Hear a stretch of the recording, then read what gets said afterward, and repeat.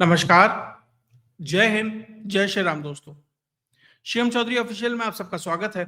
आगे बढ़ने से पहले आप सबसे रिक्वेस्ट है, वीडियो को लाइक कीजिए, चैनल को सब्सक्राइब कीजिए और शेयर करना मत भूलिएगा। रामायण में एक प्रसंग आता है जहां जामवंत जी हनुमान जी को उनकी शक्ति का एहसास दिलाते हैं और उसके बाद रामायण की दशा और दिशा पूर्ण रूप से बदल जाती है। कुछ वही स्थिति आज भारत के अंदर है। जिस तरीके से सिविलियन लीडरशिप ने जो मिलिट्री लीडरशिप है उसके ऊपर जो विश्वास जताया है और उसे जो खुली छूट दी है, उसी की बानगी है कि हमने ऑपरेशन सिंदूर देखा। उसी की बानगी है कि किस तरीके से 140 जिले जो कभी रेड कॉरिडोर कहा जाता था, जहां नक्सलवाद से जो ग्रसित थे, मात्र अब 6 रह गए हैं और संभवतः मार्च 2026 तक वो शून्य पहुंच जाएंगे। शायद इसी कॉन्फिडेंस और इसी छूट का एहसास है मिलिट्री को, जिस तरीके से अब ये संदेश आने लगा है कि इस बार जो नुकसान होगा पाकिस्तान को या बांग्लादेश को, इस बार मात्र नुकसान उनके एयर बेसिस को नहीं होगा। ये नहीं होगा 2-4 रडार उड़ा दिए, 2-4 उनके जो एयर बेसिस है वो उड़ा दिए। इस बार नुकसान उनको टेरिटरी का होगा। ये संदेश स्पष्ट रूप से आ रहा है। इसके ऊपर भी बात होगी और बात होगी उन दो मुख्यमंत्रियों को जो पहले ही फ्रंट फुट पर खेलते नजर आते हैं और अब तो ऐसा लग रहा है उन्हें वापस से वो हनुमान जी वाला जो होता है ना, एहसास होने लगा है कि मेरे पास ये शक्तियां भी हैं और उनका इस्तेमाल कर कर किस तरीके से अपने राज्यों के अंदर मिशन साफ सफाई उन्होंने लॉन्च कर दिया है, उसकी बात होगी। पहले बात हेमंत बिश्व शर्मा की। दरअसल प्रधानमंत्री नरेंद्र मोदी ने जो संघ का शताब्दी जो कार्यक्रम हो रहा था 100वीं वर्षगांठ पर, उस पर एक बात कही थी कि भारत को आत्मनिर्भर बनना पड़ेगा और जो ये डेमोग्राफिक चेंज हो रहा है इससे लड़ना पड़ेगा। तो ऐसा लग रहा है कि जो दूसरी बात है उसे हेमंता ने ज्यादा ही सीरियसली ले लिया है और अपने राज्य के अंदर जिस तरीके से अब साफ सफाई का कार्यक्रम शुरू किया है और लीगल तौर पर शुरू किया है, ताकि कोई वकील, कोई एनजीओ, कोई ह्यूमन राइट्स वाला, कोई नेताजी ये कूद के ना आन पड़े कि भैया ये क्या कर दिया। 75 साल पुराना एक कानून ढूंढ के लाए हैं हेमंत बिश्व शर्मा, जिसके माध्यम से मात्र 24 घंटे के अंदर अंदर ये कंगलू अपने घर वापसी कर सकते हैं। मात्र 24 घंटे के अंदर अंदर इन्हें बांग्लादेश फेंका जा सकता है। ऐसा कानून ढूंढ के लाए हैं हेमंत बिश्व शर्मा। दरअसल 1950 के अंदर एक कानून पास हुआ था, immigrants expulsion from Assam act 1950। हुआ ये, जब पार्टीशन होता है तो जो ईस्ट पाकिस्तान है, जो बांग्लादेश उस समय ईस्ट पाकिस्तान था, उससे एक बड़ी संख्या में जो इमिग्रेंट है, जो रेफ्यूजी हैं, वो आसाम की तरफ आते हैं। उसकी वजह से एक डेमोग्राफिक चेंज होने लगता है। तो आसाम में ये कानून पास होता है जिसके माध्यम से मात्र 24 घंटे के अंदर अंदर किसी भी ऐसे व्यक्ति को जो रिलीजियसली मतलब जिसका रिलीजियस परसिक्यूशन नहीं हुआ है, उसको भेजा जा सकता है। अगर रिलीजियस परसिक्यूशन है तो भैया ठीक है, आप रह सकते हैं क्योंकि आपकी जान को खतरा है। अगर वो नहीं है और आप आए हैं तो आपको 24 घंटे में वहां फेंका जा सकता है। और उस समय जो पहले मुख्यमंत्री थे गोपीनाथ बोरदोलोई, वो उसका इस्तेमाल करना चाहते थे, लेकिन नेहरू जी का दिल पसीज जाता है।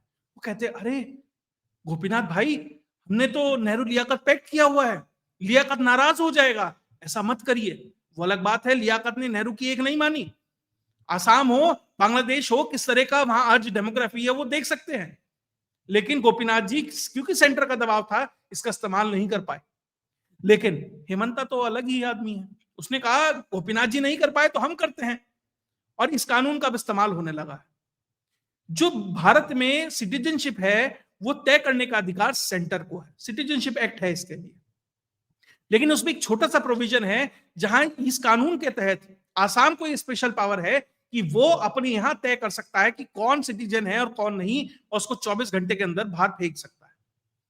उसी के तहत एक फॉरेनर्स ट्रिब्यूनल नंबर 2 स्थापित की गई, जहां पर 5 लोग, 4 महिलाएं, 1 पुरुष को यह तय किया जाता है ये बांग्लादेशी सिटीजन है, ये भारत के नहीं है। तो जो सोनितपुर के जो डीसी हैं वो उन्हें कहते हैं 24 घंटे हैं साहब, जो बांध सकते हो बांधो और यहां से चलो। उन्हें एक निर्धारित रास्ता बताया जाता है, एक निर्धारित रूट दिया जाता है कि यहां से आपको जाना है और इस रास्ते से आपको बांग्लादेश के अंदर घुसना है। और उसके बाद भारत की कोई जिम्मेदारी नहीं है, आप क्या करते हैं, बांग्लादेश आपके साथ क्या करता है वो आपकी जिम्मेदारी है, क्योंकि आप भारत के नागरिक नहीं है तो भारत के आपके लिए कोई रिस्पॉन्सिबिलिटी नहीं। तो इसका इस्तेमाल कर एक तरीके से पायलट प्रोजेक्ट था।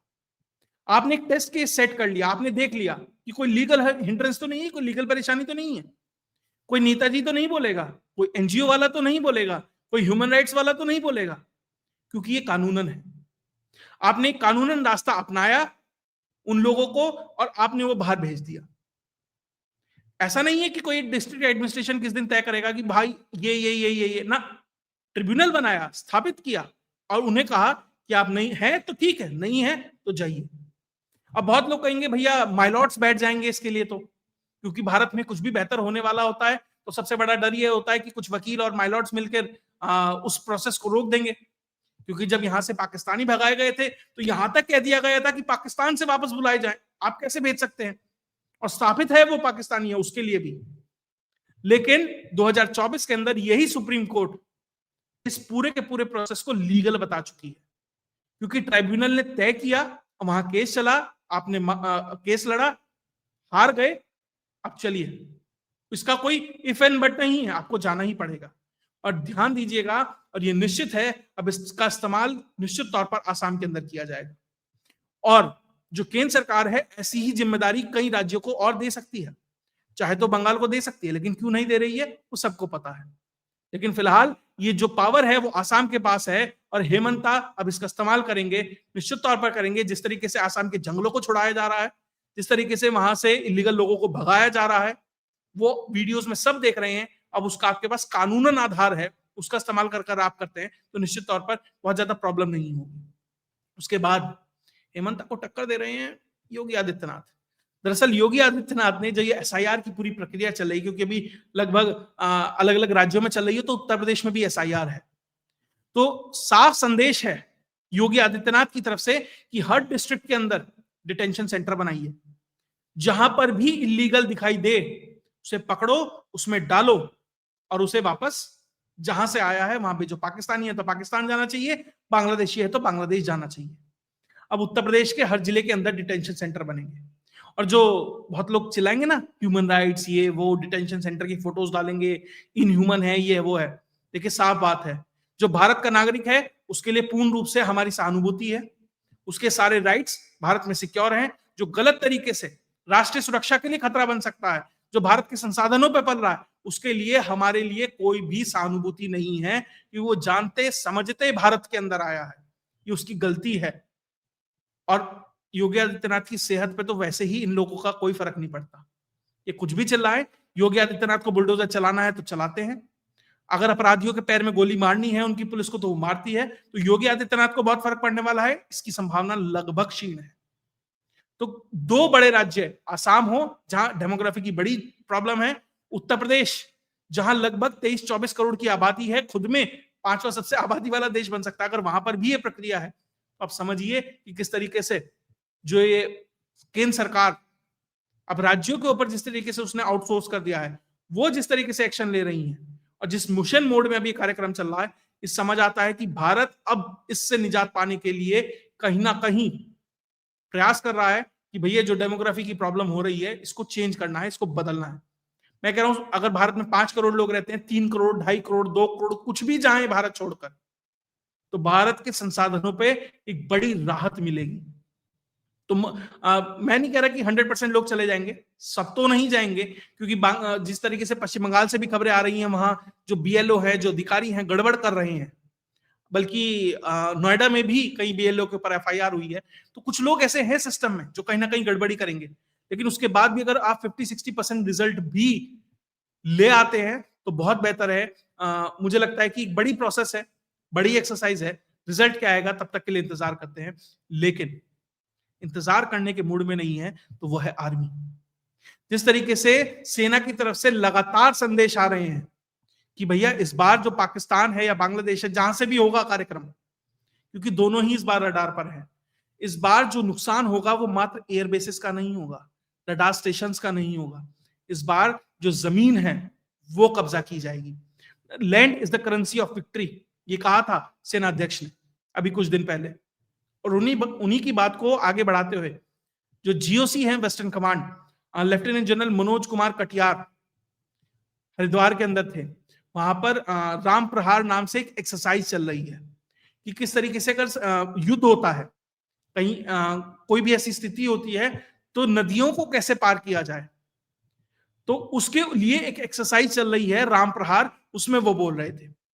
और उन्होंने कहा कि इस बार जब हमला होगा ना, जब जवाब दिया जाएगा, तो जो जमीन है उसको कब्जा किया जाएगा। कारण आपने एयरबेस उड़ा दिए, पाकिस्तानी तो कह देंगे कि भैया जो ये सैटेलाइट फुटेज है फर्जी है, एडिटेड है।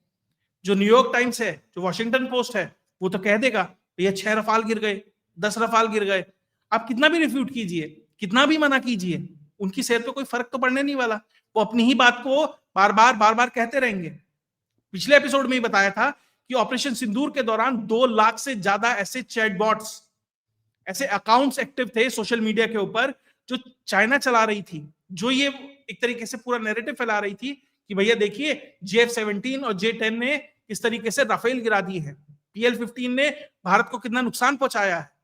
तो पूरा प्रोपेगेंडा चल रहा था, कोई मानने को तैयार नहीं था। लेकिन कब मानेंगे? जब 1971 वाली स्थिति होगी, जब आप अपनी जमीन खोएंगे। उसे तो नहीं कह सकते ना कि मान लीजिए शकरगढ़ का जो बल्ज है भारत अंदर कर लेता है, या थार का डेजर्ट है उसमें से कुछ अंदर आ जाता है, या चिकन नेक चौड़ी हो जाती है, या चिट्टागोंग भारत में आ जाता है, तो तब भी कहेंगे क्या ये सैटेलाइट फुटेज गलत है? तब तो आपको फिजिकली साक्षात दिखाई देगा कि भारत वहां खड़ा है, सेनाएं वहां खड़ी है, तो उसको आप कैसे रिफ्यूट करेंगे? तो वही तैयारी है।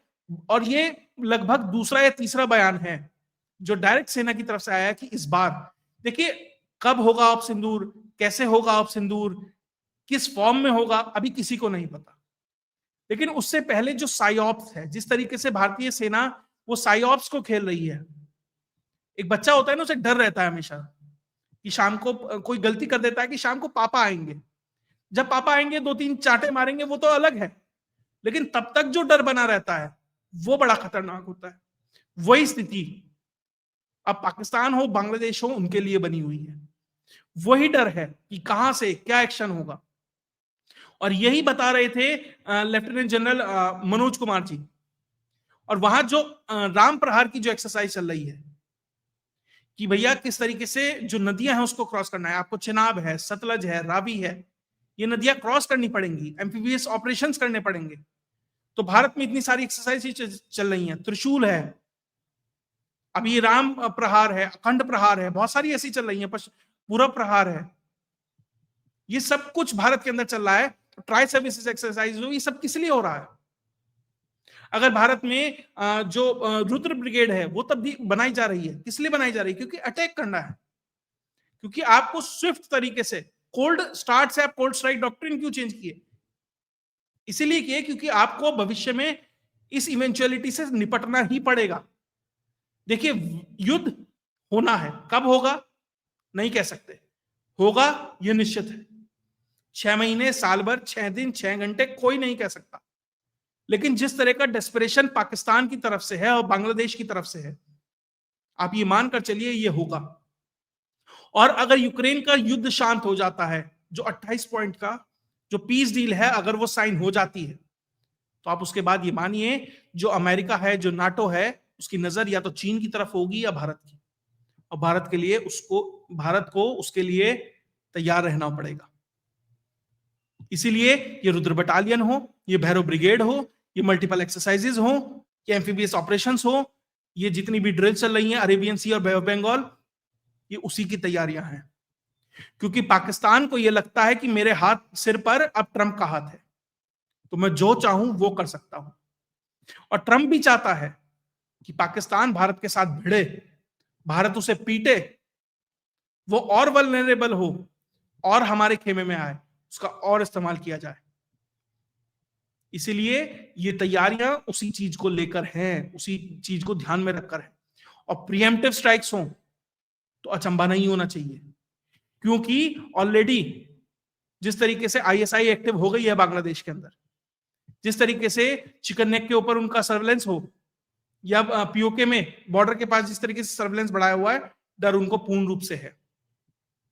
तो मैं यही कहूंगा कि भारत इंटरनल सैनिटाइजेशन हो उसमें भी लगा हुआ है, और जो ये एक्सटर्नल थ्रेट है उसको भी न्यूट्रलाइज करने के लिए मल्टीपल फ्रंट पर तैयार है और खड़ा है। और उसका स्पष्ट संदेश सीधा आर्मी की तरफ से आ रहा है। और ये जब कोई इस लेवल का व्यक्ति, आर्मी चीफ हो, जीओसी हो वेस्टर्न कमांड, जब उस लेवल का कोई अधिकारी कोई बात कहता है तो पूरी रिस्पॉन्सिबिलिटी के साथ बोलता है। उसे पता होता है कि ग्राउंड सिचुएशन क्या है। डरा नहीं रहा हूं, बता रहा हूं कि भविष्य में क्या हो सकता है। और यह भी निश्चित है भारत हर तरह की सिचुएशन, हर तरह की प्रॉब्लम के लिए पूर्ण रूप से तैयार है।